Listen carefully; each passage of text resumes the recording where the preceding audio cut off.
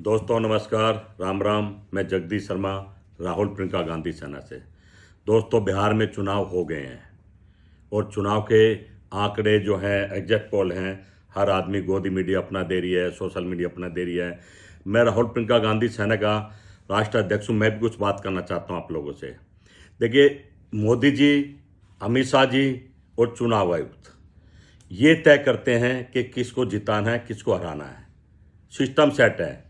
पहले ईवीएम से करते थे, अब वोट चोरी, वोट घटाना, वोट बढ़ाना इससे करते हैं। ट्रेनें भेज भेज कर वोट डलवाते हैं। देखिए, अब राहुल गांधी जी ने इनकी पोल खोल दी है कि वोट चोरो गद्दी छोड़े नारा दिया है और सबूतों के साथ ब्राजील की मॉडल वोट डाल गई, एक महिला 280 वोट डाल गई, एक घर में 500 आदमी रह रहे हैं एक पते पे, नाम के बहुत सारे पिता आगे हैं। ये चुनाव आयोग की लिस्ट में है, वोटर लिस्ट में है, और जो राहुल गांधी ने बताया एक एक करके। अब इसमें दोनों फंस गए हैं, अमित शाह भी, मोदी जी और चुनाव आयुक्त भी। मामला बहुत गंभीर है। कुछ दिनों से मैं इनके चेहरे पढ़ रहा हूँ, अमित शाह जी के, मोदी जी के, वो नहीं है जैसे होने चाहिए। अभी कसम में है कि राहुल गांधी को झूठा ठहराया जाए। हो सकता है कि चक्र में बिहार को छोड़ दें कि चलो बिहार छोड़ा पर बंगाल बहुत जरूरी है। ममता जी, आपका तो तय है, लिख लीजिए। आपको तो मायावती बनाएंगे, जैसे केजरीवाल को मायावती बना दिया और मायावती को मायावती बना दिया। अब आपकी बारी है। ये डर नहीं रहे हैं, ये कोई काम भी नहीं कर रहे हैं।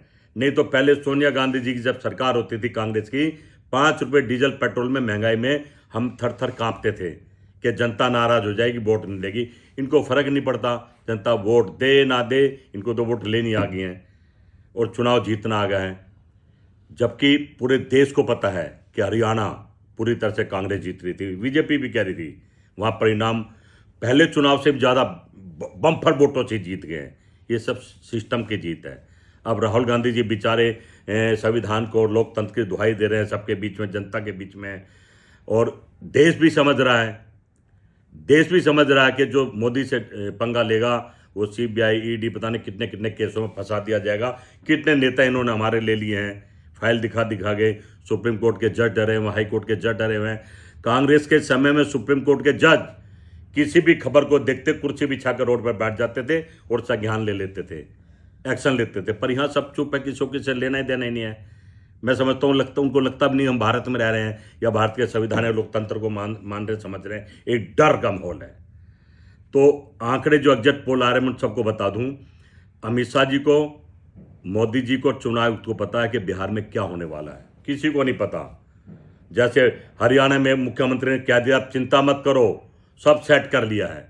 तो भाई सेटिंग तो इसकी यहीं से नहीं, गुजरात से 25 साल मुख्यमंत्री रहे, अब 15 साल यहाँ भी हो गए। जहाँ मुख्यमंत्री या सरकार आ गई वहाँ से इनको कोई हटा नहीं सकता है, क्योंकि जनता की वोट का कोई मतलब नहीं है और चुनाव का भी कोई मतलब। मैं तो कहता हूँ कि चुनाव कराने ही बंद करो।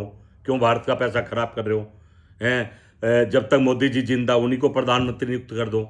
मानने वाले तो, हटने वाले तो नहीं, 90 साल के हो जाएं फिर भी सत्ता में रहेंगे, क्योंकि कारनामे इतने गलत कर दिए हैं। अभी भूटान चले गए अडानी को बिजनेस बढ़ाने के लिए, जहाँ जाते हैं अडानी साथ जाता है। हिंदुस्तान की जनता बम से मरे, गोली से मरे, गाली से मरे, फर्क नहीं पड़ता इनको। तो कहीं ना कहीं ड्रामा करते हैं, आके उनसे मिले और भाई कैंसिल कर देते। इतना बड़ा अटैक प्रधानमंत्री नाक के नीचे हो गया है। RDX 300 350 किलो पकड़ लिया है। मामला गंभीर है। और मैं तो कहता हूँ कहीं कुछ दिनों में ये ना कि पता लगे ये सरकार के ही मुखिया के पीछे था सारा षड्यंत्र रचने वाला था, आतंकवाद। कहीं ना कहीं मैं समझता हूँ आप लोग जाग जाओ, चुनाव कराने बंद करो, चुनाव का बहिष्कार करो। पहले मैं ईवीएम का विरोध करता था, ईवीएम तो से भी आगे निकल गया है। चुनाव का बहिष्कार करो, एक एक वोटर की वोट की गिनती करो, जब चुनाव कराओ बैलेट पेपर से।